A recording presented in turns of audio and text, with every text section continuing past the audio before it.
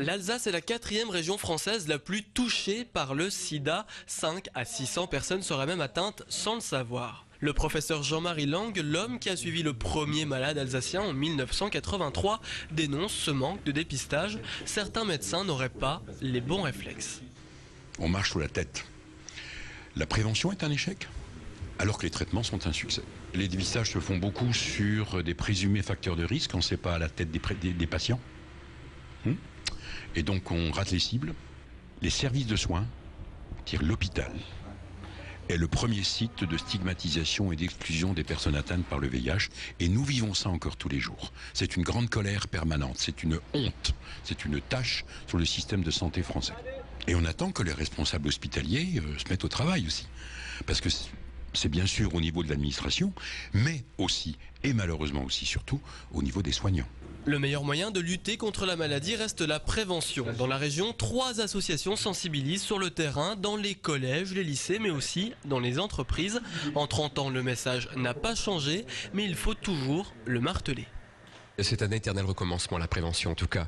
On se rend compte qu'il n'y a pas de capitalisation ou de transmission de génération en génération.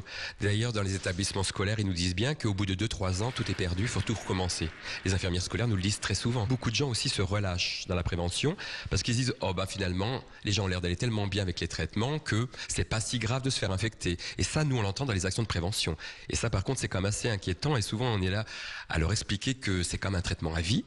Ça ne se guérit pas pour le moment et que ça ne garantit pas une vie sans encombre jusque on ne sait pas quelle date. C'est quand même lourd. Depuis 2008, la Corévi, coordination régionale de lutte contre le VIH, dirige les différents acteurs de la recherche, des soins et de la prévention dans la région. Les moyens financiers manquent pour une action optimale. En un an, les subventions des pouvoirs publics auraient baissé en moyenne de 15%. Une des difficultés principales, c'est que ça fait moins de monde sur le terrain. La diminution s'inscrit dans une diminution globale. Et après, c'est plutôt des choix sociétals et politiques que de mettre de l'argent dans la prévention, de l'argent dans la santé ou dans l'éducation.